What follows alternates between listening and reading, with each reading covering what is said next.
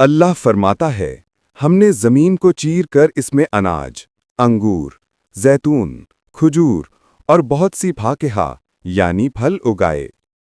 ہر پھل اپنے رنگ، اپنی خوشبو اور اپنے ذائقے میں اللہ کی قدرت کا ایک نشان ہے۔ سورہ رحمان میں اللہ نے اپنی نعمتوں کا فیصلہ سنا کر فرمایا، زمین میں ہر قسم کے پھل ہیں اور کھجور کے گچھے۔ یہ لائن ہمیں ایک سوال پوچھتی ہے، تو پھر تم اپنے رب کی کون سی نعمت کو جھٹلاؤ گے؟